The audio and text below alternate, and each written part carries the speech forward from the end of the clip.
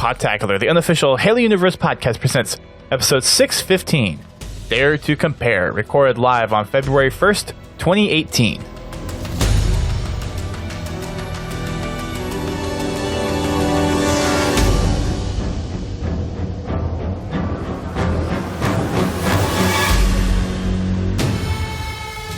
Hello everyone, welcome to Podtacular, the unofficial Halo Universe podcast. I am your host, Duststorm. And I am your co-host, Godzilla T. And we are back, and we actually have a community update posted again 1 hour before our show. But we also have a special guest with us, our first guest of 2018. And it's actually been a while since we've had a guest on the show, but we are pleased to welcome Justin from the YouTube channel EckhartsLadder. So welcome to the podcast. Thank you very much, guys. I didn't know I was the first guest of 2018. I feel rather special now. Yeah.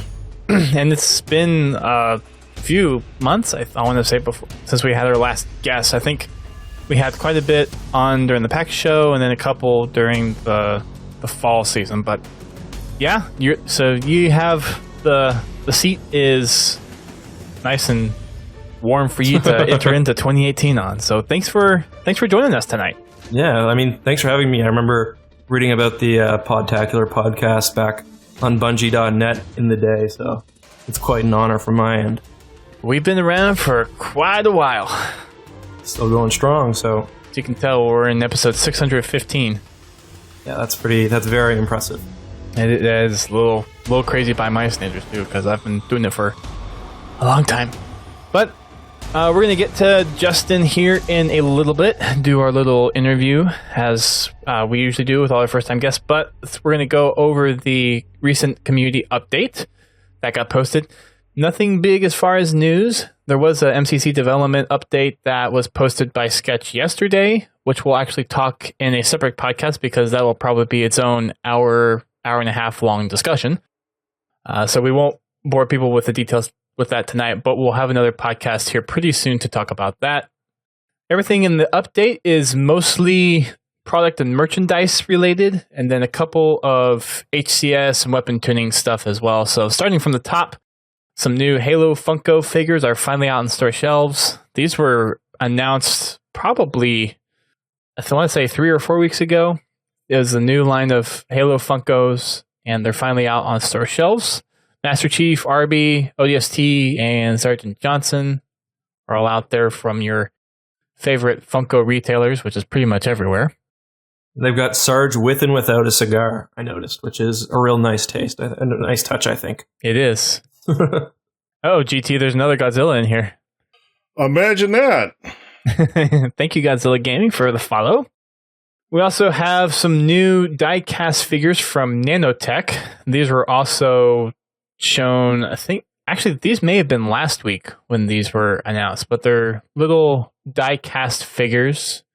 They're pretty detailed too. I know a lot of the figures that we've seen from Weather Workshop and a lot of the other kind of big name retailers and figure designers are usually have a price tag, but these are small little die-cast figures. They're barely 1.5 inches tall, and they're not going to be too expensive. So if you're looking for some detailed figures, these probably are going to be a good place to start if you're looking just for a small kind of Halo collection.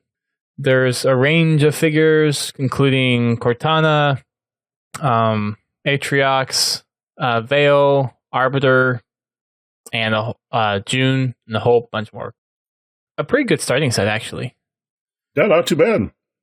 Halo 2 Master Chief. With the SMGs. Master Chief. Dual SMGs. Yeah. Looks like I have an Halo 3 Master Chief in there as well. I don't know if that's a Master Chief. I guess it could be. It's hard to tell just from the picture. It could be. But yeah, you also have Emil. You have June in there. Or maybe it's a Halo 4 Master Chief. No codpiece. Aw. Rip. R.I.P. Space Codpiece, I just remember how big of an issue that was. Like, how many discussions over Master Chief's chalk, basically. It was weird to see how much attention that small detail got in the community. That and, like, black undersuits, I remember, two of the biggest controversies Or I guess the lack of black undersuits. Just crazy the things that the community fixates on. I mean, I don't blame them, but Right. But it's like you touched even the smallest thing with the universe look to it. Yeah. and people will just flip out. It's like it's a direct assault on nostalgia almost. Yeah. But it's all good. Oh yeah. Agreed. Stay with me here, chat. The Stream.io chat box is tripling messages. It used to just double message, but now it's tripling messages, so I'm going to replace it just with the Mixer chat, so it's not all crowding the screen. So apologies for the live but stream. it makes it look like there's lots of people in the stream. Yeah, but then by the time some of the stuff actually gets to the top, because it's being pushed over by 3 times the messages, you don't get to read the whole thing if you're just watching the video. That's taken care of now. Back to the update. Minecraft is now on the Nintendo Switch and has the skin pack 1. So in a really small way, there's Halo now on Nintendo through Minecraft. Master Chief confirmed. I'm still waiting for Halo Portable. Oh my god. What was the one DS game that they were making? Was it Halo 2600 or something? Yeah, something like that. That was bizarre. Or was it? No, that was on an Atari 2600. One of the games was. Was the DS thing, was that legit, or was that just like a reskin? They were legitimately developing a Nintendo DS game, but somebody actually did a Halo game for the Atari 2600. Wow. I've never seen that before. I don't know if I've heard of that before. Was that like a side-scroller Halo type of thing? Well, you remember Legend of Zelda? The original The Legend of Zelda. Yeah. Kind of like I've never played it, but I know what you're talking about. Yeah, it was a top-down type shooter. It was like Spartan Assault, except for you couldn't move in like diagonals. You had to go up or over. Or they didn't have the Spartan technology. and pretty much everything was a one-shot kill. So lore accurate is what you're saying. Including the Spartan? You get hit by one little bullet. I guess they didn't have shields back then. It must have been the Spartan 1 program. But yeah, it was. But yeah, there was something similar on the DS as well. Yeah, I thought that was Halo 2600. No, Halo 2600 was actually on the 2600. I'll look it up real quick. Just says Halo DS. I just did the same thing. Yeah, Halo 2600 was for the Atari 2600. Oh yeah, I guess it's just called Halo DS. And it's weird that they were working on. I don't think it was Bungie that was working on that for the DS. I don't think so either. No, it was both of them were done by outside people outside of Bungie. I feel like they were done by the Metroid guys, but I don't remember. I don't know why that's in my memory, but I just remember like seeing that made me want to buy a DS, even though I knew I could never get it. It was interesting because I wouldn't have even assumed the DS could handle something like that. No. Although, I mean, the Metroid game was, I don't even remember the name of it, but I remember my buddy had it and was pretty playable. Pretty good, actually, I think. So, I mean, I don't know what you'd expect out of a DS game, but I don't expect much. Not as far as like that detail and graphics, no. Yeah, gee, Lewis, you don't want to see me in VR. I'm sorry. you just don't want to see me in VR. Well, and instead of Halo being unofficially on Nintendo, now it's officially on Nintendo, just through another game. Yeah, just in a roundabout way. Yeah. Next in the community update is a little bit on the Halo World Championship. They've announced the streamers for the Orlando Open, which is going to be February 16th through the 18th, and the London Finals, which it's crazy to think that the London Finals are actually almost here. That's going to be February 23rd through 25th. And it's actually nice to see that Golden Boy is going to be at both of those, because I remember back in the winter time, he was saying that he wasn't going to be casting for Halo at all. Looks like they're bringing him back into the fold, so it's cool to have him back in there. You got some of the regulars like The Sims, Bravo, Strongside, Walshy, Elamite, Lethal, Wonder Boy, and Butters. I think he's new to kind of like the mainstream. I think he's part of the Latin American or Mexican caster team. That's the caster lineup for the first two events for Halo World Championship. And they're going to be releasing some of the skins alongside the finals for each respective region. So the UK will get their skins leading up to the London finals. Australians will get their skins leading up to the Sydney finals. Mexico during up to the Mexico finals, and then the US and Canada going up to the Columbus finals. And then we all wrap up in Seattle in the middle of April. It's actually not too far away. It's 2.5 months, if you can believe it or not. It's amazing how time flies. It's hard to believe that January's already gone. I know. It's so Thank weird God. it's February. Yes, let's get to a little more productivity in the Halo side of things. Yeah, we're basically scrounging for scraps now. It's been pretty brutal a little bit there. It's like, we'll take crumbs, please. Oh, got us looking back at the Halo 5 trailer now. Like, that's how desperate we are. Yeah. Thank you, Hidden Xperia. Yeah, thank you. The next thing on the update is the featured playlist for... Well, it's actually not featured, but it's the new rotational playlist. It is it's the featured Extermination. playlist. So when I was in there today, it was not the featured playlist. Quick Play was still the featured playlist. It is now. Okay, so It's they got changed the it over little since star next to it. Okay.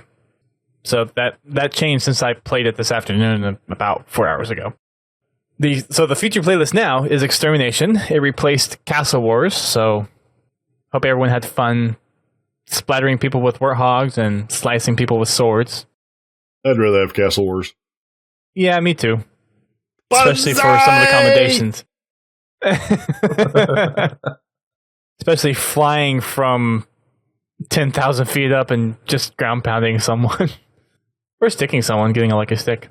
Extermination is out, and that is the game mode where it's breakout, and you have to 15-second respawn, and the objective is to completely eliminate the other team to where there's no one left, and then you win that round. It's kind of Breakout's got to be one of the best new Halo 5 editions, I think. Like, that quick Counter-Strike sort of, 2-minute round, it just works so well for Halo, where the controls and everything are so tight.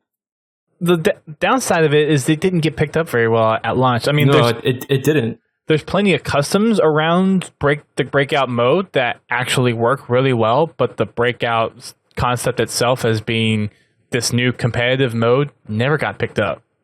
Yeah, I thought it would, because it's basically, it's got the even starts that everyone wanted. It's got, it's like the best situation for team communication. Everyone's always kind of hounding on 343 for more competitive modes, and this I thought would be it. But like my buddies and I, we'd get on Xbox Live Party Chat, and when we were just playing Game of Slayer, the tactics weren't always there. But when we were playing Breakout, it was like we were a group of SEALs or something. So I was really surprised. Like the mode never took off more.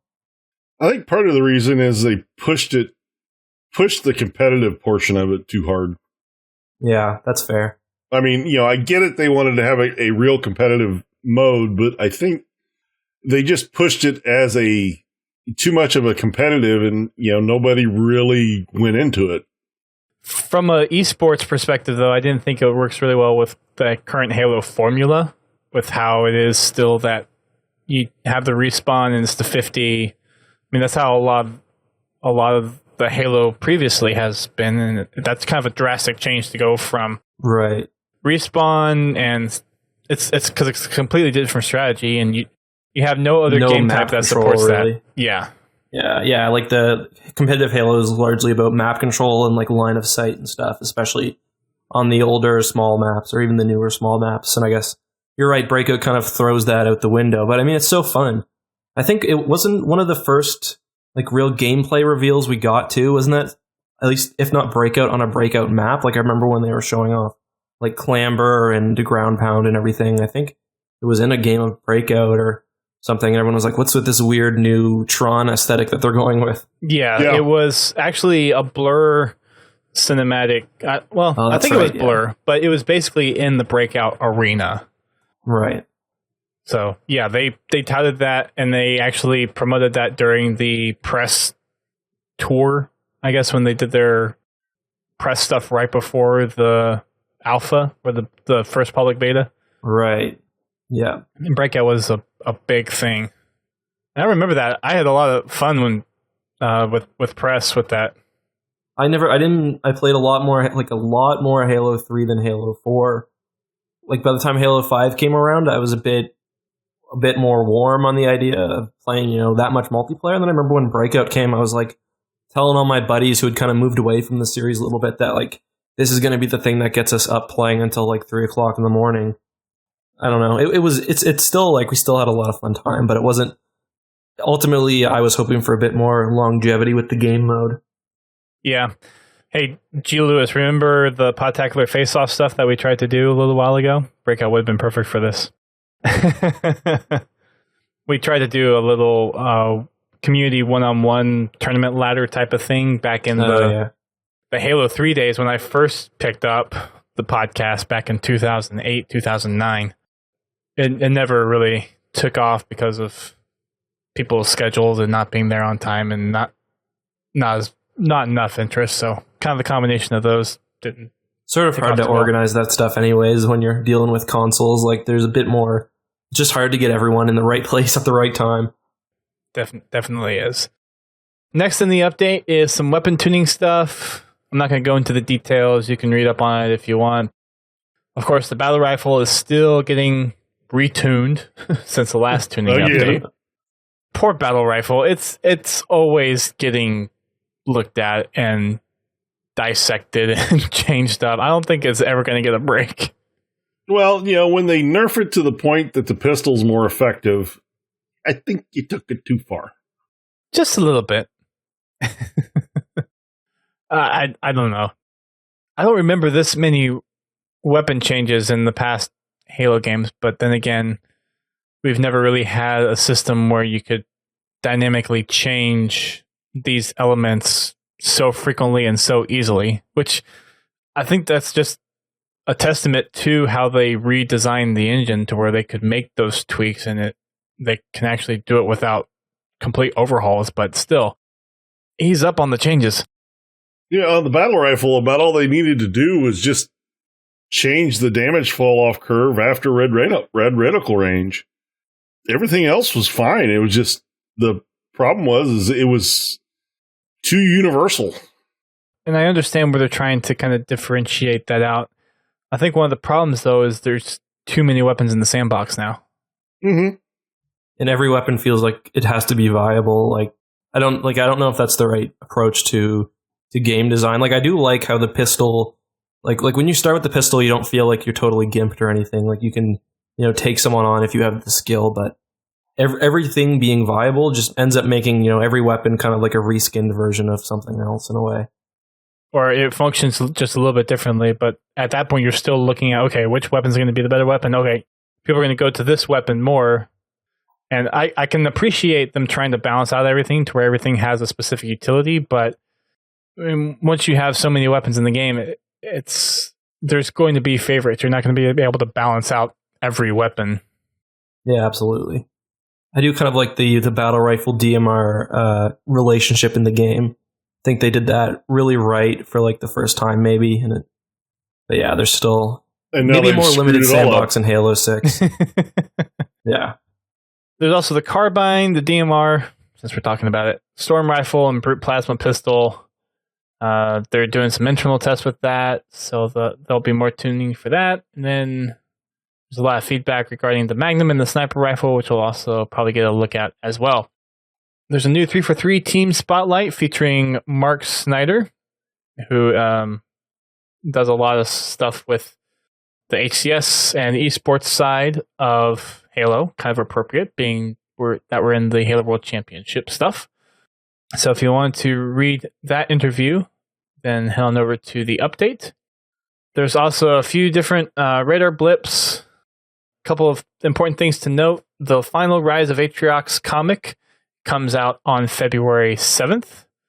Kiki is going to be at Silicon Valley Comic-Con, April 6th through 8th, which is actually in between the US Finals and the Halo World Championship. So for those in Salt Lake, you can see her there. And then finally, there's a few community spotlight things. There's a live action video that Halo Codex has shared. There's some more screenshots. I think my favorite set of screenshots for this week is the absent one by Rest. Power weapons, fire.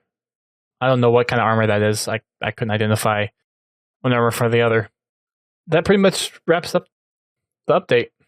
It's really nice. The community spotlight thing is probably one of the, well, not maybe one of the best things, but it's a nice thing that 343 does. Like, as a game company, I find them to be so accessible to content creators and just the community. Like, when I do Star Wars stuff on my channel, I don't have a hope in hell of, contacting Disney or Lucasfilm or anybody. But like with Halo, I can message Jeff or Bravo or like whoever, and they respond, like they're responsive. I've had my stuff shared in the community spotlight. Like, it's nice that it feels like they actually have kind of their fingers on the pulse of the community, which is important for, a game like Halo, which has always been so community based. Yeah, and I think a big part of that really comes from the fact that a lot of the community people that are there now came from the community. Yeah, exactly. The old MLG days, so many of those guys are involved one way or another. And like, it makes sense with like, the loss of Bungie. Halo's like such a series that's sort of rooted in like what's old, and with the loss of a lot of the guys from the original teams and a lot of the girls from the original team, like, it makes sense that they go to the community to kind of bring those old roots back in a way, if that makes any sense. I definitely agree. I think it's one of the things that really helps. And I know there's still areas of the Halo community that aren't as favorable to 343, but I mean, look at it this way. Either 343 keeps making Halo, or we wouldn't even have a Halo past Halo, exactly. Halo Reach. And it's not like there's nothing that can be done to, like, it's the same with Star Wars, and like, I won't talk too much about Star Wars in the podcast, but it's the same thing. People fear change is going to somehow ruin what they loved about their childhood.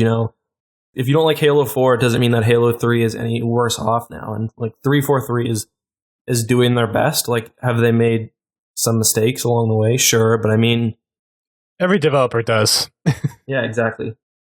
Everyone's like, oh, they got the Halo license. It's basically a license to print free money. But I mean, there's that, but it's also, you change Master Chief's armor and you've got, thousands and tens of thousands of people who want your head on a stick, right?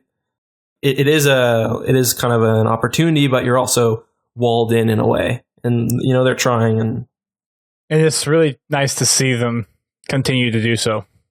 It's one of the things that makes me proud to be part of the Halo community. Me too. With the way Bungie has gone since they've moved away from Halo, I'm actually kind of glad they got out of it.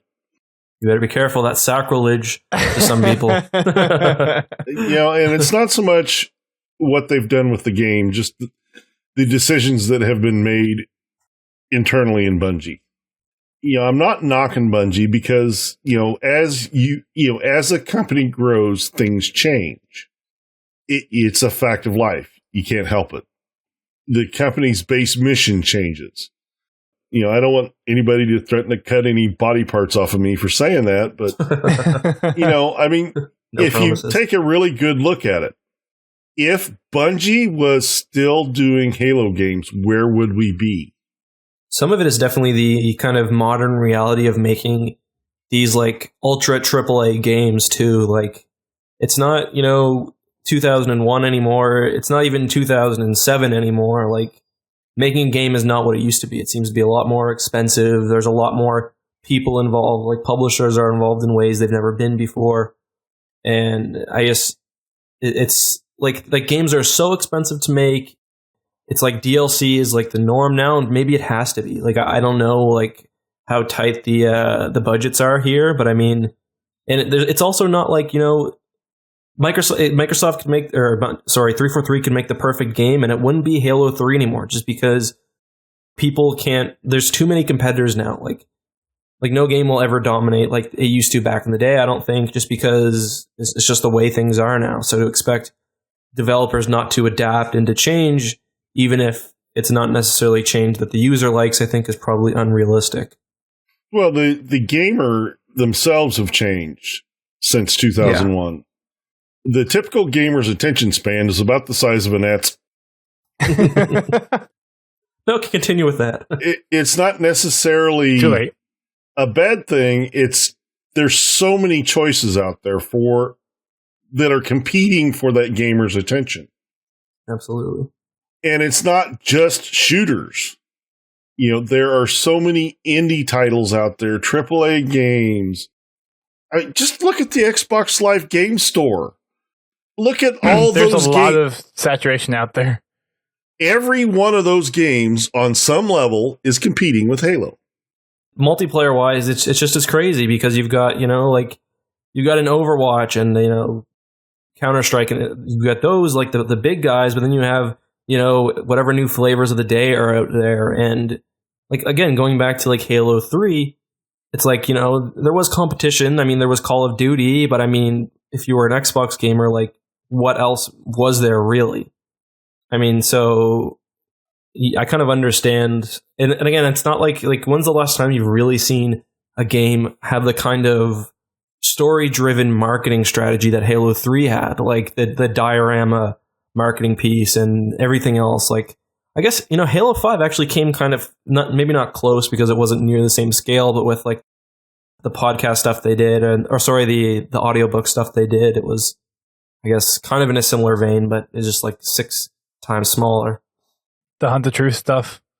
Yeah, the Hunt the Truth, that's right, thank you. No, yeah, Microsoft definitely dropped some money on, advertising Halo 5. Too bad they advertised their own game. It was Halo 6 all along.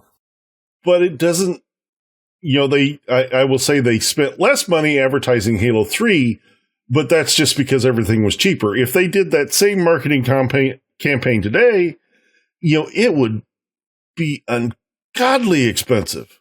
Well, they spent quite a bit on Halo 3 because the ad stuff for Halo 3 was actually supposed to be the movie. Well, some and they of just it. They just recycled some of that and put it into ads for Halo 3. I didn't know that. Oh, like the Neil Blomkamp stuff, like the shorts. Yeah, I figured that was the case. I was thinking like the diorama stuff. And no, just the Blomkamp stuff. Yeah, the diorama stuff was specifically 343, or not specifically Halo 3. Gotcha. But yeah, the overall advertising package that was put together for Halo 3, I don't think a video game could support these days. No, I don't think so. Especially and Halo 3 had 3 expansions and a free one as well. No microtransactions. Technically 4. No, 4, yeah. But I mean, they eventually gave them away, I believe. Like, man, it's about crazy. 4 months ago. Yeah. Oh, okay. Yeah. But yeah, after it. But I mean, comparatively, no loot boxes, no. Yeah, and we've discussed microtransactions several times. And we're going to again pretty soon because it's a current topic of discussion in the Halo community and the greater gaming community. Of all the systems that are currently out there, Halo 5's is the least intrusive. Oh, agreed, 100%. I'm not saying it's not intrusive, but it's the least intrusive. You can play the game without microtransactions. You can easily attain everything in the rec packs that you actually need as far as weapons without buying a single rec pack. It will take you a long time. It took me a little over, I don't know, how long has it been since I did my last opening? Oh, jeez. It took middle of last year?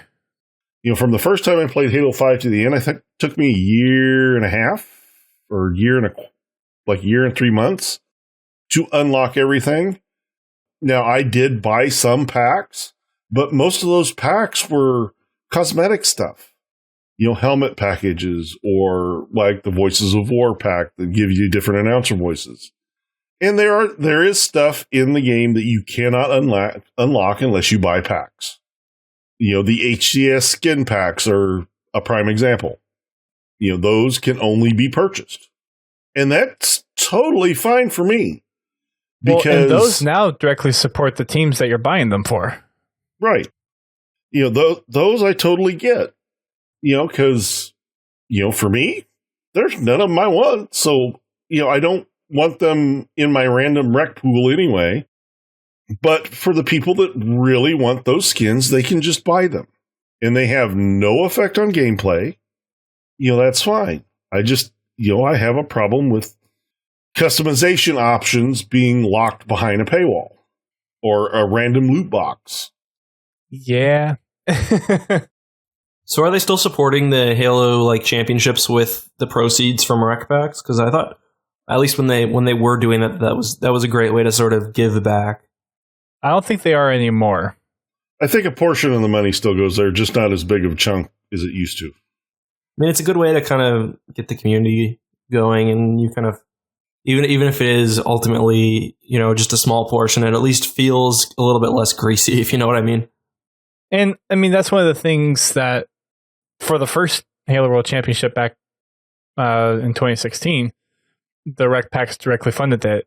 And I think now they probably fund it in a way where, okay, Microsoft gets the money from the rec stuff and it kind of goes in the big pool, and that big pool serves out the cash prize for it. So in a way, it's probably helping fund it, but just not directly. I mean, I feel like it's the reality now. As consumers, if you want to make it stink, all power to you. But I mean, ultimately, this is kind of the reality of these massive AAA plus multiplayer shooters. It seems to be I don't know. It seems to be the only thing that's viable for these game development companies with these or perhaps bloated, but at least tremendously large staff and budget. Maybe it's the only option nowadays. And I think they did it smartly, because it doesn't affect what has traditionally been Halo. The only thing that it really affects is customization and then weapons in Warzone, which Warzone was a completely separate thing. It's outside campaign, outside of traditional competitive. Was the new thing. One thing I need to clarify before we get too far away from it. When I say customization, I basically mean your personal identity, like your emblem and your service tag, things like that. Armor has always been an unlockable. Anything over the base armor has always been some type of unlockable. Whether you buy it with Spartan points, or you get it in a random rec pack, or you have to do something specific to unlock it. Armor, I don't have Jump a off problem. a cliff in Melee and Elite. Yeah, right. Exactly. For 2.5 hours until you get it right. Oh, God. But the things that identify, that have kind of become part of your identity through the Halo years, your emblem, your service tag, those over the time become your identity. And to put that behind the random number generator is really, really irritating. Just from a personal, I've got some of my buddies, they were big into Halo 2 and Halo 3, and then they, will hop on Halo 5 and they want to use the snake, the picture of the snake. And I think that's now locked behind a rec pack or something. And I could be wrong, but I think it is. But not being able to just use that right away when that's kind of one thing that ties their character, back to the old days is kind of, it's kind of a questionable decision. Not everything needs to be unlocked. Like you said, things that are kind of tied to your personality or your avatar and throughout the games is probably something that should be just there. Well, it's like in Halo 3, the emblem I had been using in Halo 2 wasn't available. They didn't have it in Halo 3. Oh, every emblem from game to game has been different for me. Yeah. Oh, really? I have used the same emblem. Well, I've used the same emblem in Halo 2 and Halo 5 now. In Halos In Halo 3, I had to change it. Yeah. Halo 3, Halo Reach, and Halo 4, I had to use a different one. What emblem is it? I'm curious now. I used the Flaming Ninja in Halo 5. Okay. In Halo 3, Reach, and Halo 4, it was a Flaming Spartan helmet. Gotcha. It's just, in Halo 2, I found this, I found the Flaming Ninja and I loved it. I just liked the way it looked. And it kind of became a part of me. And when I couldn't use that in Halo 3, I was kind of crushed. Yeah, man. Definitely, because it's just like, yeah, you lose your persona there a little bit. Well, and you would hope that a lot of the emblems would kind of go from game to game, that identity would be able to be maintained throughout each iteration of the game. You'd think so, yeah. And it's probably the way this worked is in Halo Reach, I just didn't bother to look real hard for the Flaming Ninja. Bobby in the chat's telling me that it was in Halo 3 and it was in Halo Reach, but I don't remember it being in Halo 3. That's just me. Well, and I could see maybe most of the emblems are there by default, but then maybe you have some emblems that are specific to the game, and then those are locked behind Rex. So, like, if you complete the campaign on Legendary, then you get a specific emblem, like the Legendary difficulty symbol or something like that. Yeah, that's a good kind of compromise. Some small set of emblems that makes sense to be behind some kind of either achievement or commendation or rec, but don't lock out everything that's been traditionally part of the established emblem and identity customization. Maybe stuff like that. Yeah, that's definitely a good compromise there.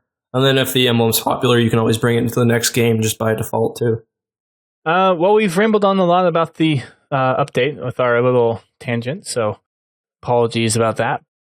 Let's go ahead and talk about EckhartsLadder. As we do with all of our guests, we have an initial question that is how you got interested in the Halo community and what do you do around Halo now? So first question is, how did you get interested in Halo to start off with?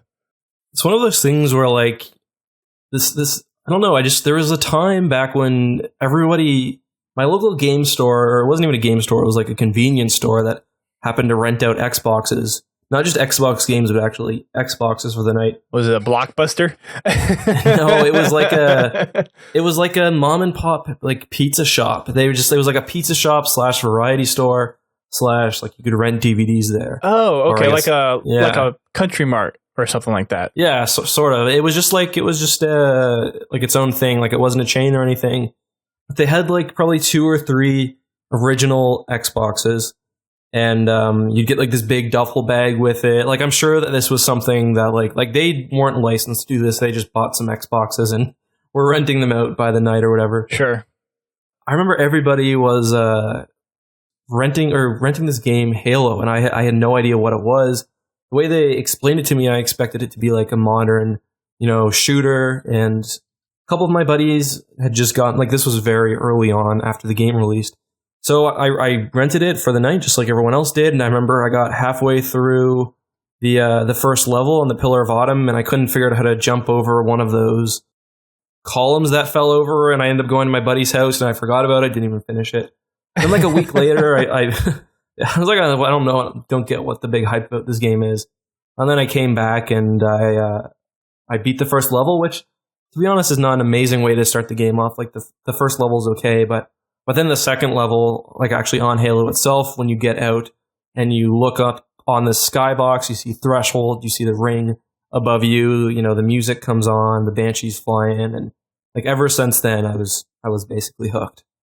I was always a fan of Star Wars and science fiction, and Halo to me was like something completely new and awesome. Basically, ever since that moment, I've been completely addicted. And that, like, not only was like the story awesome, but some of my most fond memories are getting all the guys together and playing, System Link having 4 people on one TV, 4 people on the other TV. And ever since then, really, I've been big into the community.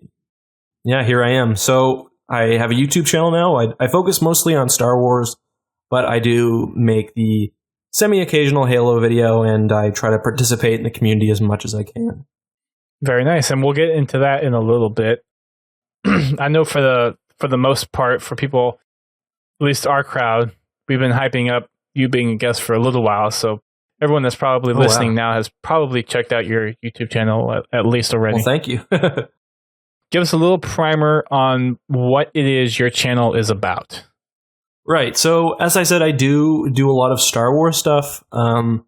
If you can't tell, I'm a bit of a nerd, and I have been, for my entire life. Aren't we all? I that's why we're here. I remember as a kid, I was supposed to be in this paddling class, like the local canoe club or kayak club, whatever. And I used to pretend I was sick so I could read the old Halo novels, like the original ones. My channel is basically, it's mostly Star Wars. I'd say probably, if I do 10 videos, 9 are Star Wars. I like to talk about not like just standard lore stuff, but kind of the ignored aspects of the lore, kind of the funnier, the weirder stuff that most people don't cover. And with Halo, I don't have the same depth of knowledge, but I'm a huge fan. So whenever I get to talk about something that I think people aren't doing, that's when I kind of will make a video. I like to talk mostly about the ships and the weapons and the technology more than anything else. Yeah, and your latest few videos, actually your latest Halo one is the 5 deadliest elite Covenant military units. That's elite being like the elite class, not the actual race. And then not the Sangyu. And then your latest comparison Halo one is plot armor, which I really enjoyed that video. I'm glad. Yeah, that one.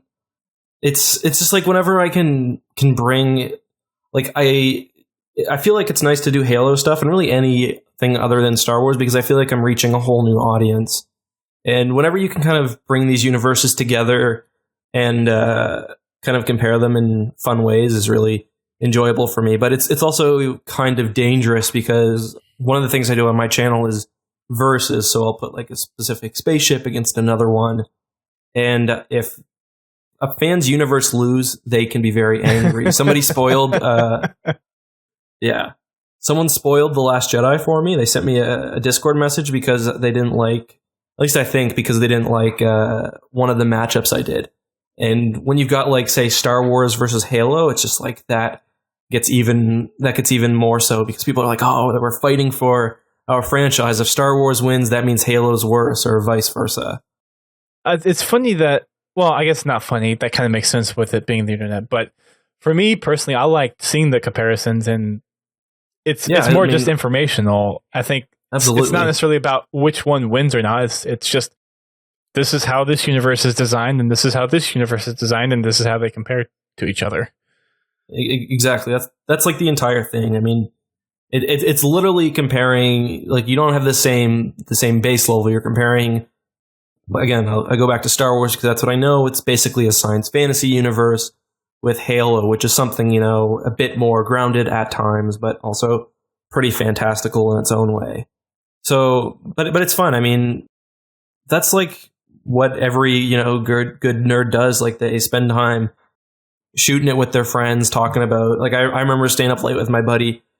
I used to, my friend Alex and I used to have sleepovers and talk about, would the UNSC be able to beat the Empire? Or, which ship is stronger? Or, just imagining these scenarios in our head. And like, I think every sci-fi aficionado at one point has done that. So I feel very, very lucky that I get to make this stuff. This is my job. This is what I do as a living. It's basically like a dream come true. Have you ever thought about stirring the pot and adding Star Trek in there? I actually have had a couple of Star Trek videos. Oh, okay. To be honest, I don't know a lot about Star Trek. Like, I don't like to do content that I'm not, like, my kind of personal motto is, if I'm just reading something off a wiki, there's not really a whole lot that I'm adding, because, you can do that yourself. So I don't like to cover a topic if I can't, add my own expertise or, my own knowledge to the mix. And really, I don't know much about Star Trek. But I've done I've featured the Borg Cube in a couple of videos. And Oh, I did. I featured one of the Enterprises in another video too. So that really did stir the pot, but it's fun. I bet it's probably I don't know what emotion do you get more whenever you see people like really passionate about a video? Is it like a rite of passage where it's like I'm doing something good here, or is it more like, okay, I really want to make sure these people don't know my address so they don't come and don't come and beat me up. It is kind of cool to see people argue over your work, like even if it is about the science fiction universe. It is kind of cool to see people get so passionate about something you create. But I mean, I've seen some pretty vile stuff directed towards me, like people, and a lot of it is just the demographic. I remember when I was a bit younger and a bit more angry, like I understand the kind of frustration, especially when it's like, why are you even doing this? I feel like I know more than you do. So yeah, but it is a bit of both. But I understand where it's coming from. I try not to engage too much, although I do sometimes fail at that. Ultimately, these people are your viewers, so they allow me to do this. Good comments or bad, they do allow me to do what I'm doing professionally, so to speak. Well, it's like, if you don't like it, then start your own YouTube channel. Exactly, and if you have the passion, like when I started my YouTube channel, like I'm still a pretty crappy editor, but I didn't have I used to record on my cell phone, my audio on my cell phone, and edit in like basically Windows Movie Maker. I really feel like if you have the knowledge and the drive, you can definitely, and I encourage people, like if it's something that you really want to do, just start doing it. And you never know, like I started in February and now I feel like I'm part of the community, so it's pretty awesome. Anyone can do it. It takes a lot of time being a YouTuber though, so. Oh my God, yes. Especially where the hardest part is when you're getting started and you've got a full-time job or school or something and you're competing against, guys like me now, I guess, who get to spend their entire day doing it, like who's put 40 or 50 or 60 hours a week doing it. Like that's not really realistic when you're starting off. So I guess regardless, a little bit of luck is needed to really take hold and actually be able to produce content for a living. And it's really just finding a niche where you can really thrive and there's enough people that are interested in the stuff that you're going to be making. That's what 100% right.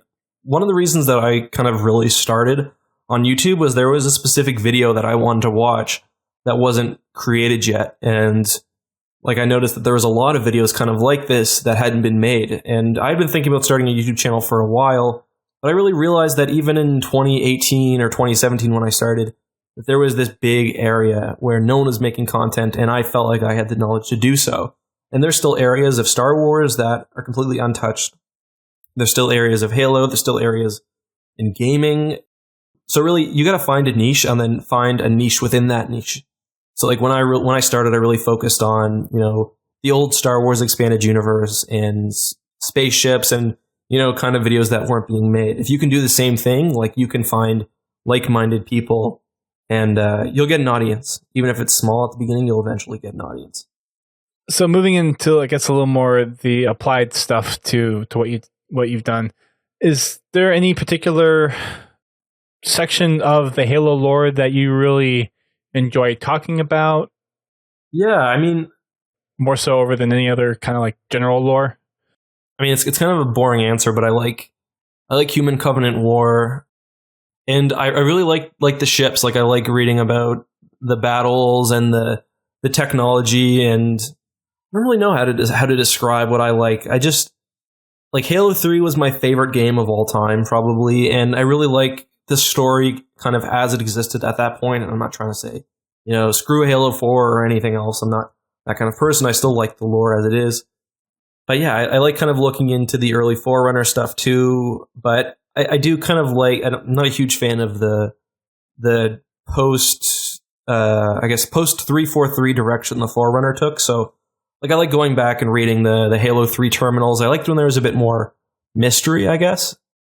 And that's like the most fantastical element of Halo. Well, I like that. I like but also the military sci-fi is pretty damn cool as well. Yeah, I know there's a lot of fans out there that once 343 started exploring the Forerunner stuff and that mystery of who the Forerunners were, it was kind of a little disappointing, especially with the Greg Bear novels. That was I was not a fan of those novels. I forget there was I don't know if you ever watched the Halo Legends short stories. I think it came out before Halo 4 came out. I forget what it was packaged with, but I think it was one of the first things 343 did. But they had, I believe it was called Origin. It was the first short story, or sorry, it was like a video. It was the first video in this collection, and it was basically Cortana talking about the ancient history of the Forerunner. Still a lot of mystery, but also kind of talking about like the Flood War and stuff. And I felt like that was the best, along with the Halo 3 terminals, that the Forerunner have ever been handled. And then a bit of mystery, I think, was important, and that was kind of that, like, because that mystery kind of permeated the Halo series as a whole. Like, you had Gravemind saying these things, and it's just like there's this greater importance in this, weightiness to the whole thing that I think was kind of removed when you see that, the Forerunner, what they look like, and you really, you're reading about Bornstellar, and like you're kind of getting that inside look at the Forerunner. I feel like that kind of really, that was one of that's definitely the least my least favorite thing about the new lore. Everything else I'm pretty cool with. I like the Covenant and UNSC kind of interaction post Human Covenant War, but yeah, the way they treated the Forerunners is not my cup of tea. I do think for me personally, from the Forerunner trilogy, just how deep the history of the Flood goes. While they did kind of spoil the Forerunner stuff with what they've done with the latest games and the Greg Bear trilogy, they did kind of make that mystery of what is the Flood, to me, a little more deep. And it's like, wow, there's actually a lot more here behind the Flood. I agree 100%. Like, I still don't understand Star Roads. I still don't understand what those are. Yeah, and it's kind of weird how like the precursors have like, to me, it's really like what the Forerunner are in your imagination. Like when you see these giant structures and you read about these, the terminals, which just, you get a snippet into what the Forerunner were actually like. It's your imagination filling in, the blanks and creating this backstory. And it's just nothing that is actually created can ever live up to kind of the mystery that we all kind of create when we see this story come about. But yeah, I do really like what they've done with the Flood, kind of the way they've handled the Forerunner Flood War. I like that stuff. Now, what's kind of we mentioned the good side of it, and we mentioned the bad side of it, but from a video making perspective, I know you do kind of a lot of comparison stuff, but what's kind of like your bread and butter when it comes to just doing a Halo video? That's a good question. I got to think about that, but I mean, you're somewhat limited by what people are interested in. And I find that's really true with Star Wars. Like I can go, pull out an old Star Wars Marvel comic that, only was produced in the UK from 1981 with the most ludicrous story ever told. And, it's super interesting. Completely redefines the universe. Well, yeah, like, I mean, there's stuff in there that like I've done videos on it, and it's always like, this is what I find interesting, but generally, if I were just doing this as a passion, which admittedly it is kind of, my channel when I started was a passion, but now the realities of just doing this as a job, I can only cover certain material. I do still, I will do a few videos a month, 4 or 5 videos a month dedicated to this more kind of esoteric stuff.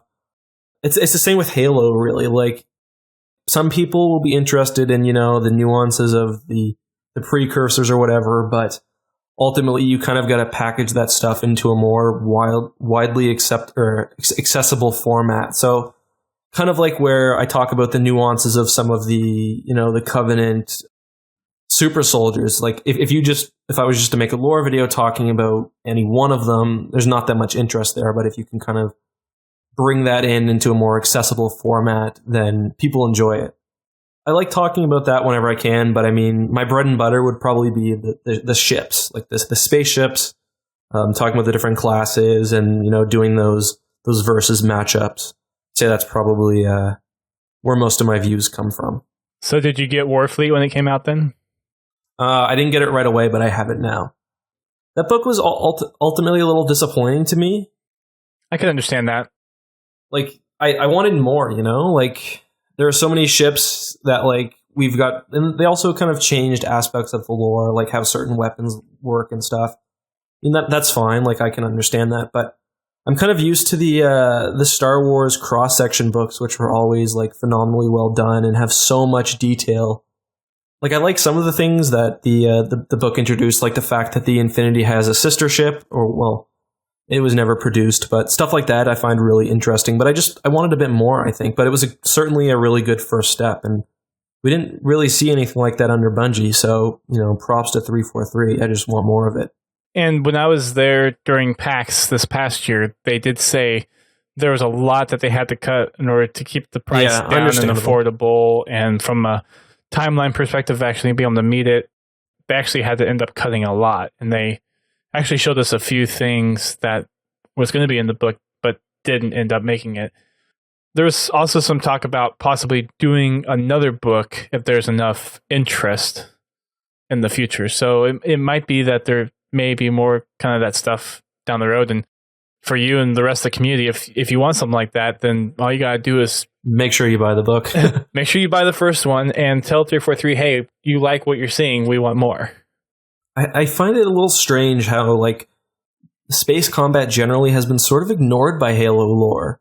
Like, we see it a little bit in the books, certainly. We see it, there's a few comics which have touched on it, especially. But, I mean, for actual games, we've had basically nothing. I mean, we get touches of it in Halo Reach. We get, like, a few cutscenes in Halo 3, but even then, we're rather limited. It just blows my mind that, like I don't know, I think you've had the Sins of the Prophets guys on your show before. Like, what those guys are doing, like, I'm so surprised that Halo, like, 343 themselves haven't, maybe they are, but how there's never been, like, a full-scale ship game, or, like, this, I feel like the Warfleet book was the first thing that really kind of catered to this section of the audience, which to me is pretty surprising. I think, and this is just my take on it, but because Halo is primarily a first-person shooter, there just hasn't been that exploration into that genre, and it's so niche where I don't know if a lot of Halo fans would like playing that kind of game. I mean, RTS was even a stretch for Halo at the time. Halo Wars 2 is probably, like, it will probably hurt the chances of a game like that moving forward, I think.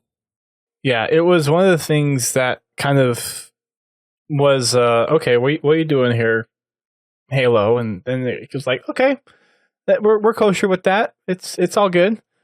Not to say that it wouldn't be nice to see something like that, but I think it's just one of the things where, in a lot of the other sci-fi stuff, you don't really have too many games out there. There are some, but not too many that are doing those space battles. No, you're right. I mean, it's been, even Star Wars, which is much more connected to that sort of the lore, hasn't had a proper space battle game since, you know, Empire at War back in 2005 or whenever it is. So no, I definitely understand. It's just, I don't know. Battlefront 2 has a space.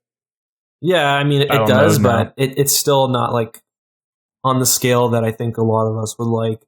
It's just, I don't think I've ever seen healthier modding communities than the ones who make, you know, the Sins of the Prophets guys or the Halo mods. Like those guys are crazy dedicated, and the fan base is pretty rabid. But I mean, I'm sure that 343 has done the, you know, analysis, and their business sense guys have taken a look at it. I understand that there was some leaked concept art which used some Sins of the Prophets assets. It was just meant for internal use only. So we know that they've at least thought of, you know, doing this. But did you see that? It was like I missed the leak part. I heard about it. I didn't look into it that much though. Yeah. So there was an image, and it was apparently only meant for internal use only. But one of the artists or something accidentally posted it and then, you know, removed it. I think he thought that he was allowed to, but he wasn't. And I could be getting some of this wrong. So anybody listening, like, don't rely too heavily on what I'm saying. But it basically used a bunch of assets from Sins of the Prophets, which is fine because, again, it was only meant to, represent a concept. And it was kind of just like a space battle, Covenant versus UNSC, a bunch of capital ships. And rumors are, at least what I read, that it was supposed to be potential avenues for Halo Wars 2. I could see that. I wonder how that RTS strategy works from a... Well, I mean, I guess Sins of the Prophets is kind of RTS anyways, as far as just ship combat. So I guess it's not too far out of the realm of what's currently been out there for Halo. Yeah, I agree. Yeah, it's just, I don't know, those guys are smart, and I think that they've definitely taken a look at the market and the cost that it would take to build all these new assets and everything, and it just must not be viable for whatever reason. I see space battles really being covered through the novels, and it would make a great movie. Yeah, absolutely. The space battles in the Halo games are fairly interesting too. I mean, when you compare it with something like, they're very kind of gritty, it's like the UNSC either one shots the Covenant or they're dead. And, that's very different than most sci-fi we see in movies where it's just, two ships parked next to each other firing. So it'd be kind of interesting to see, a more grounded, military sci-fi take on something like this, but I really don't know if we ever do it. Every time a new live action thing comes out, I'm always basically hoping and praying that we get these grand moments. Because we've seen them in cutscenes. Yeah, but I'm trying to think of what the best space battle cutscene would be, I guess. Halo Wars 2, or Halo 2 Anniversary. Yeah, the stuff at the beginning with the Cairo station was definitely pretty amazing. Blur just needs to do a full feature film for Halo. Any comment you look at of a Blur cutscene on YouTube, Blur's the law. That'll be the number one. And absolutely, I wonder how much the Blur has got to be they did some amazing stuff with Star Wars: The Old Republic as well, and I know basically anything they touch turns to gold. It turns to gold. But I mean, they must be. The amount of money, how many minutes of cutscenes does Halo 2 have? 54 minutes, I think. 54, yeah. That's so around that, and that alone must have cost a disgusting amount of money. And it would be, you just take take a Halo book that could fit in a film narrative, do it with Blur, you'll have a seller. Oh yeah. You could have that as a $20 movie, and you'd probably get a lot of Halo fans to buy it. I mean, I would. After people buying Nightfall. Oh god, I have not bought Nightfall. Me neither. No, I have received Nightfall on multiple occasions because they're trying to get rid of them. Here, see if you can give this away. Yeah, it's all those. It's like those 343 goodie bags at all the events. It's like, here. Oh, of course, Nightfall's in here. Wait, 343 has goodie bags? Yeah. Oh my goodness. I really want to meet some of the guys in person. I'm fairly new at this, so I've never been to an actual event, or certainly not to the studios or anything. But basically, itching for a chance to kind of meet some of these people. Do you go to any of the Comic-Cons or PAXs or not yet. Not yet? I'm in Eastern Canada, so oh, sorry, my dog is barking. That's okay. So I'm not super close to anything, but I mean, hopefully at some point I can. It's hard too when you're doing these daily videos, man. It's if you take a week off, you're in trouble. I am an EA game changer, so when they were doing stuff for Star Wars Battlefront 2, I got to go there and test the game out and stuff and capture footage in the weeks before it released. And that was only 3 days, and my channel took a hit. Well, I guess you get to see who your true fans really are. Yeah, that's true. It's ultimately recoverable anyway, but it's so expensive too. But I mean, I would certainly love the opportunity to do something like that sometime, hopefully soon. I'd like to meet some of my viewers too. Well, if you're ever out at PAX Prime or PAX West, or ever make it to an E3, I'm usually at one of those, and I can definitely get you introduced to people. We'll grab a beer. That sounds good. GT, you have any questions? I know I've been hogging the microphone for a little bit. No, I'm pretty much getting all my questions answered without even asking them. Yeah, I've been doing that on purpose. He's reading my mind. We've got a good guest host on. He's filling the role very well. You read enough Star Wars, you start getting the very latent Force abilities. Oh. Are you Jedi mind tricking us right now? Is that what's going on? Yeah. You guys have been. I don't know if you've checked your Twitter account, but all you've been doing is spamming links to my videos. So what? That's the What? You will tweet this video. Yeah, that's the Force is strong with this one, Obi-Wan. Don't skip your school dances as a kid, and you too can have these powers. There's worse things to skip. I made most of mine. I'm just joking, but yeah, you could do worse. So, when did you actually start your YouTube career? I guess. So, I mean, as a kid, I always had, I had small channels where I'd upload, whatever, as kids do. But with this channel, I started February of last year. Oh, wow. I was working another job. And then by about June or July, I had moved cities and I was working a job and my contract ran up and I was kind of had the decision of, do I do YouTube or do I do, what I went to school for? So I applied for my dream job and I didn't get it. So I was moving cities and I figured, well, I'll do YouTube until I get a proper job, like a real job. And then, I was like, why would I stop doing this? I get to work from home. I get to talk about imaginary spaceships all day. I'm supporting myself and my fiance, and that was that. And I guess since June, that's where I've been. Okay. Very nice. So pretty recent endeavor.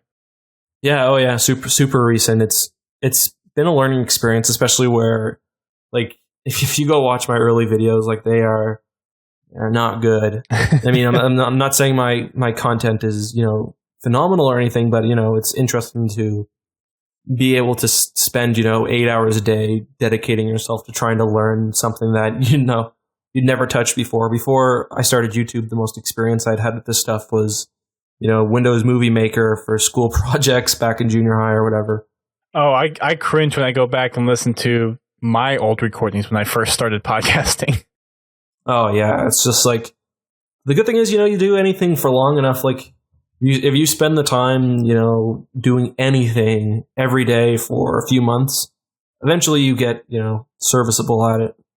Yeah, and you get a lot better and you clean up a lot of the stuff that you work on. You just get into a rhythm. Yeah, and I mean, it's basically all because of my early viewers who took kind of a risk on a channel that, I clearly had the passion for it, but I didn't have the skill. And because they kind of believed in me, I was able to upgrade my computer and my microphone and spend the time getting better. And I wouldn't have been able to do that without those people that, see a small YouTube channel and are willing to take a chance on it. That's awesome. Well, it's awesome that you've made it this far, and it's cool to see comparison videos for Halo, because I don't think there's many other channels out there that do that. I think there's been a couple other lore channels that have done like one-offs like this, but as far as something that you've done on a consistent basis, I haven't seen anything out there quite like what you've been doing. Yeah, there's a few. I'd really like to.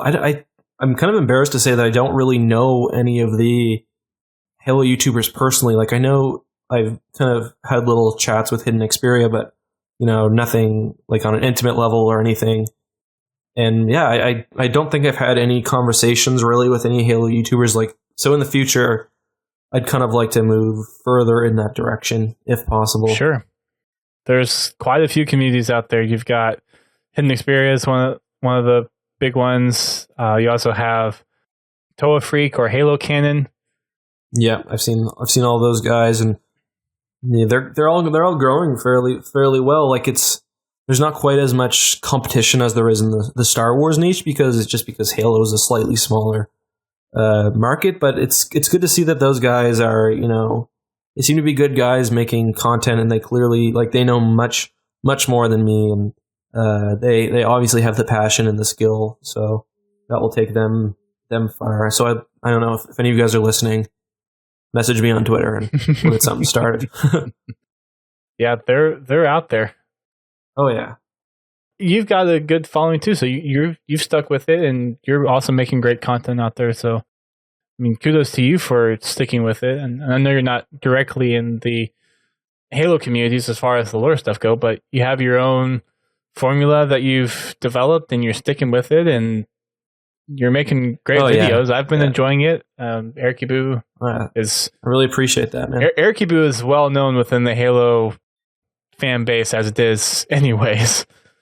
Oh yeah, no, he's like, we've had chats before when he's helped me research some of my videos. Like I remember when I did one on the 5 greatest Spartan 2s. Before I posted that, I like ran my picks by him and thought what he thought, or I checked what he thought. And for the more recent video, the Spec Ops one, he helped me a lot with that. Like he helped me choose the selections for that. Oh yeah, and I did one on. I don't like doing the top 5 lists just because they're kind of clickbaity in a way. But he helped me with. There was one on space weapons that he. That was before I got. That was like the day before I got Halo Warfleet. So he sent me some key info for that. Sent me pictures of some of the pages. That's good. Copyright infraction. Copyright infraction. Oh yeah, totally. Oh shit, he told me not to tell anybody. Game content usage. Oh, it might not have been him. He sent it to me. Sorry, the cops are knocking on your door right now. It's Frankie and I don't know, Frank O'Connor and Master Chief are at your door right now. But let's just put it this way: he ended up buying the book anyway, so it didn't matter. That's right. I don't remember why I was so late buying it. If it was just a money thing or whatever, but. Oh, he got the book early. Maybe that's what it was. I don't know, but whenever a new reference book comes out, they're always so expensive. So it's like, do I wait and be behind in the content, or wait for the sale to come? Yeah. Wait for it to get knocked down a little bit. It's also like you can never get that stuff in ebook form, which is my preferred method when I'm doing videos, because you can like search, use content, and search and stuff. A couple of the other ones from the lore stuff, because I actually pulled up the Centennial Canon Fodder, which has quite a few. I don't know if you've heard of any of these. Podcast Evolved, Halo Nation, Halopedia, Covenant Canon, Forward Unto Dawn, Halo Archive, Haraspis. Those are the other additional ones from the Canon Fodder. Yeah, I've talked to the some of the Halopedia guys, like one of the admins from Halopedia. They're all really good guys. I really appreciate the guys who work on the CIA. His name is Eric, says in the chat. I really appreciate what those guys do. I mean, it's so much work. Like I contribute to the Star Wars Wikipedia, but I don't think I've really done anything for the Halo one. It's so helpful. Like for example, I'm trying really hard to find the size of the Covenant fleet for just how many ships the Covenant had for one of my videos. And I just couldn't. So I checked Halo Wiki, and I saw that there was a reference to a fleet at the end of Fall of Reach, and then, that kind of put me in the right direction. I read that book, and it's like, it gives you a brief idea. Without people, kind of organizing and sorting that data, it would be so much less accessible to ordinary fans, but also, people like me. Like, I try not to rely on the wikis too much, but I mean, of course, sometimes, you forget things, or, you need to remember what book it's from. Like, those guys are the lifeblood of the community, especially the lore communities. And Eric says 343 relies on Halopedia sometimes. Like, I don't doubt that. I know that, like, the Star Wars wiki is one of the better ones, and I know that one of the writers for, one of the recent books showed that, like, the first tab they opened anytime they went to Google Chrome was Star Wars Wiki. There's a lot out there. The Halo universe is a growing universe, which is one of the reasons why I'm a big fan of it, is because there is just so much out there. And not just from the lore perspective, but you have a whole bunch of different other communities, from multiplayer to racing to Forge to the novels to toy collectors to cosplayers. Yeah. There's a lot out there. The Forge community continues to impress me. Like, the things that these guys managed to do. Like, hopefully when Halo 6 comes out, it has a fully featured, very powerful Forge mode. Because just I don't know, like the things that these guys can do are crazy. You know, making rudimentary computers in the system and whatnot. The scripting system that they've put in there is really powerful. Yeah, it's like with the Minecraft Redstone stuff. Like it's crazy. So I'm excited to see what with Halo 6 what we get. Me too. It's going to be one interesting game with everything that they've done with Halo 5, all the improvements that they've made. It's going to be awesome. For me, the biggest letdown to Halo 5 was the campaign. Yeah, me too. I lost a lot of interest in some aspects of the lore. I don't blame you. What we got in the launch up to Halo 5 with all the things that they did to promote it didn't quite match what came out of the game. It's just tonally, I think the series is a lot different, which is fine because you can only tell so many stories that are similar. Halos 1 through 3 and Reach and ODST were kind of more grounded military sci-fi with, you know, a little bit of the fantastic with the Forerunner, and then they kind of changed that a little bit with Halo 4 and then even more drastically with Halo 5. But I mean, that's fine.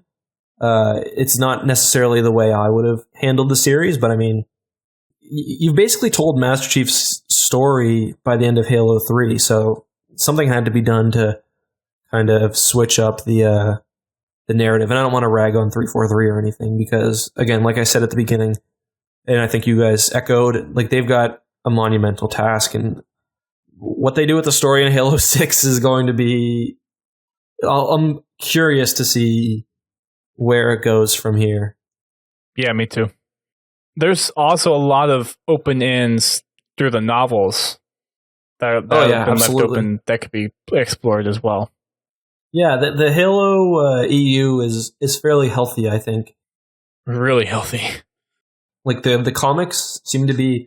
I don't catch all of them, but they seem to be fairly high quality. The books are, you know, some books are better than others, but generally I think, you know, they're what you expect for a large... It's crazy. I mean, like, look back at when the Halo books first started being released. You know, half the cover was an Xbox sticker. Like, they were clearly made to promote the game. And to a degree they still are, but it's kind of developed into its own thing now, which...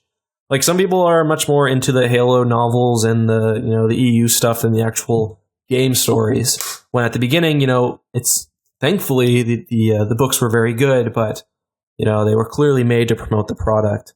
So I think we got lucky that we have such a healthy, you know, ecosystem here. There's plenty to choose from.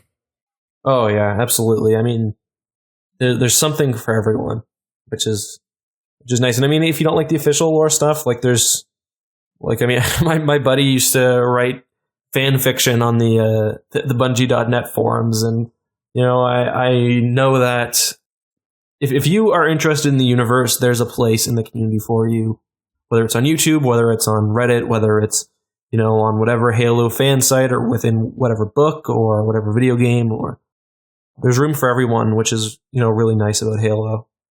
It really helps to foundationalize the community, the fan base for the game. And I'll say it again and again. It's one of the reasons why I love the Halo community and why I keep playing Halo, and I'm still interested in it to this day. Absolutely. I mean, think about all the video game series that come and go. Like, you know, like, I mean, I it's just, there's something, you know, you need that community there for the lasting power. There's been so many sci-fi series, the kill zones, the whatever else, that, you know, they just kind of fizzle out.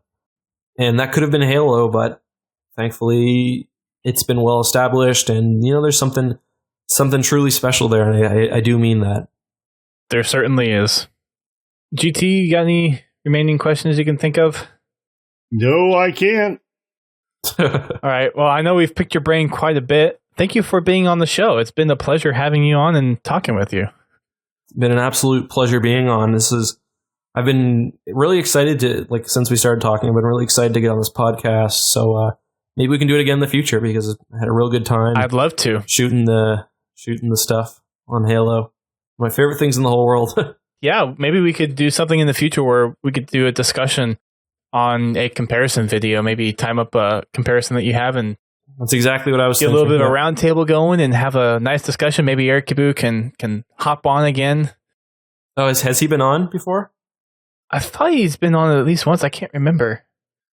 He says he's never been, so he'll make a debut appearance on the podcast. He's first time for everything. yeah. No, this has been really great to have you on. Your videos. I've been watching all the Halo ones, obviously, because I'm Halo, so I haven't watched all your Star Wars ones, but I wouldn't watch all my Star Wars ones. There's so many. I mean, you've been uploading one every single day for the past who knows how long.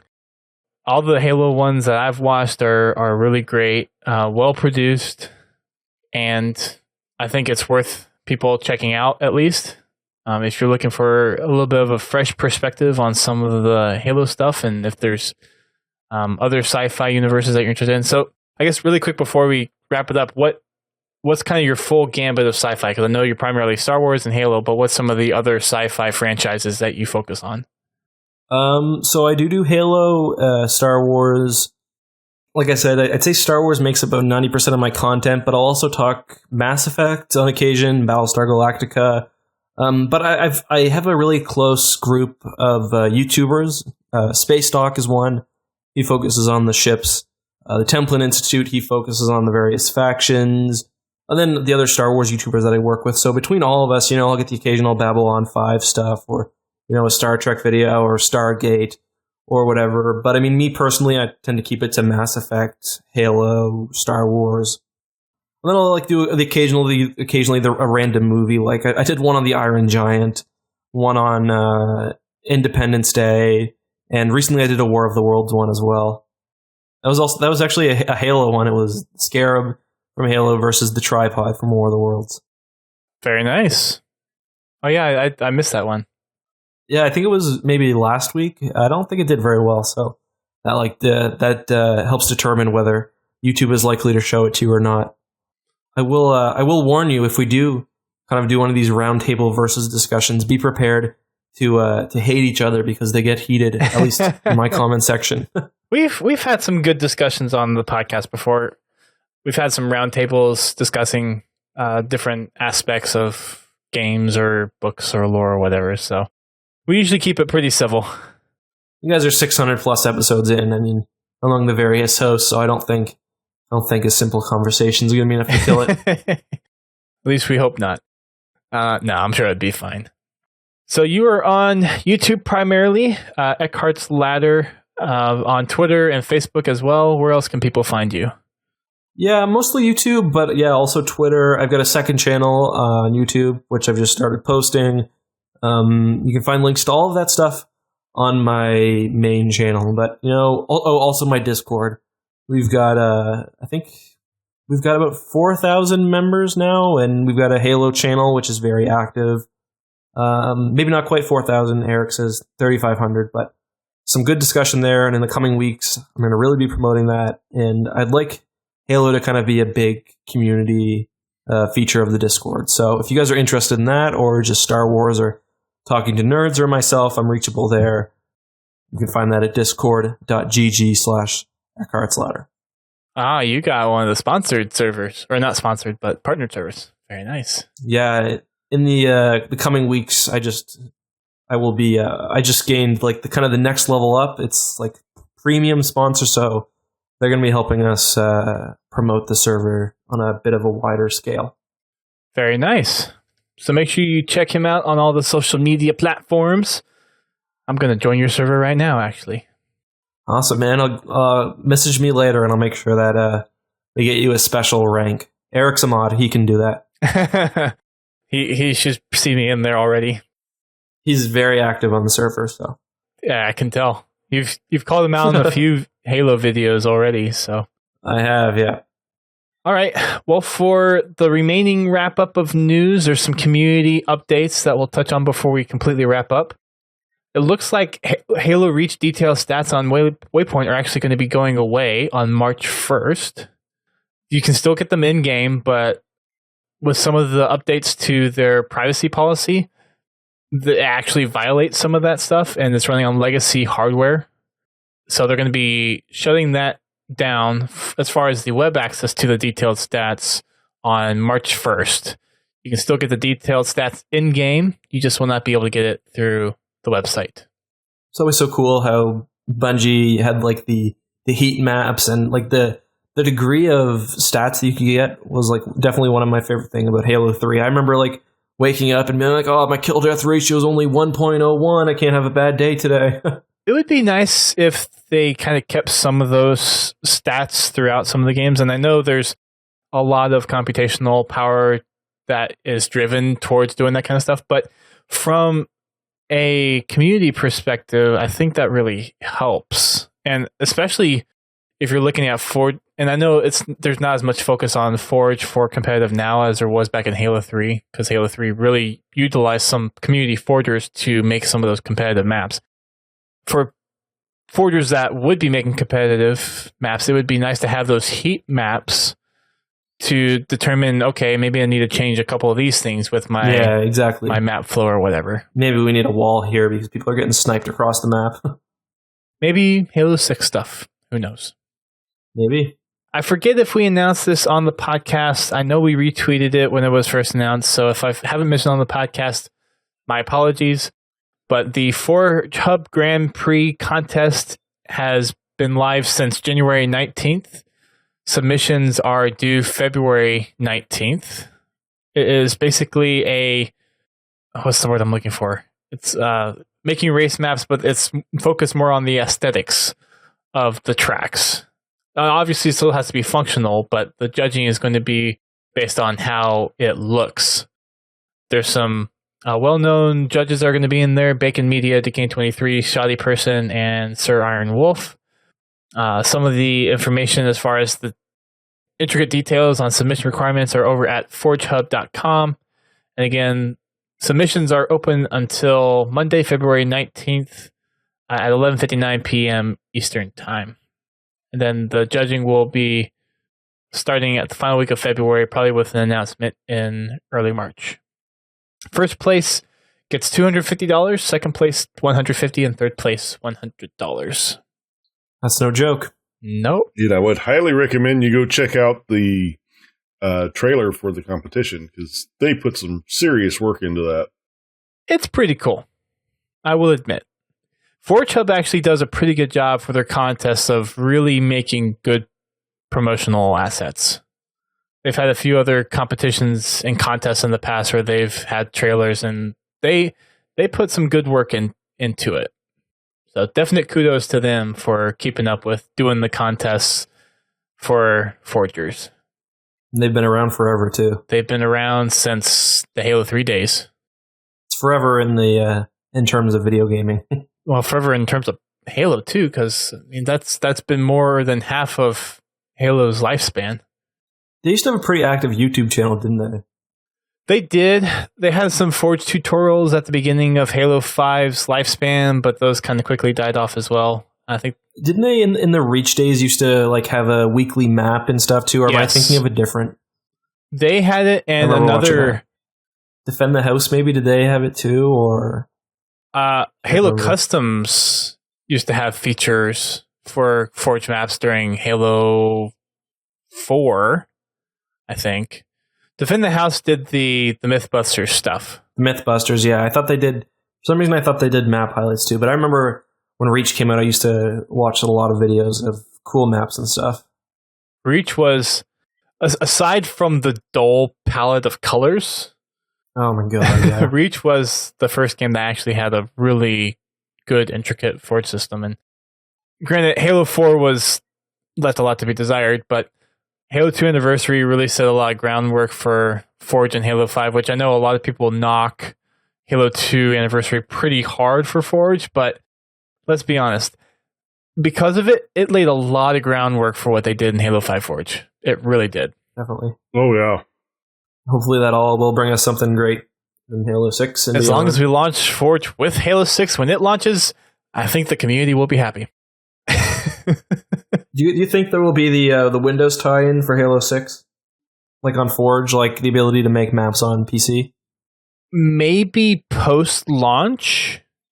Well, they might support Forge on PC out the box, but they're going to be trying to force the game on the Xbox platform, I think. So maybe a delayed release, or maybe a closed...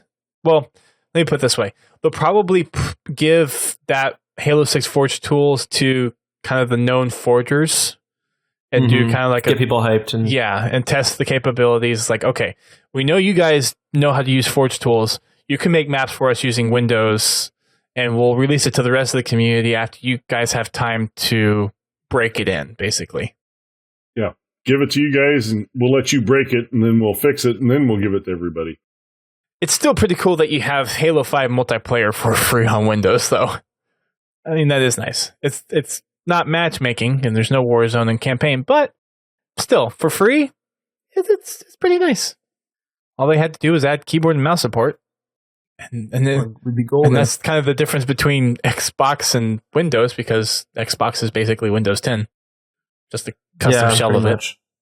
The last piece of news for us to discuss is Halo Wars 2, as of today, is now part of the Xbox Game Pass. So if you have that subscription, then you can play Halo Wars 2 as part of it. I don't think it's the full deluxe edition. I think it's just the base edition. So pretty good for a new service.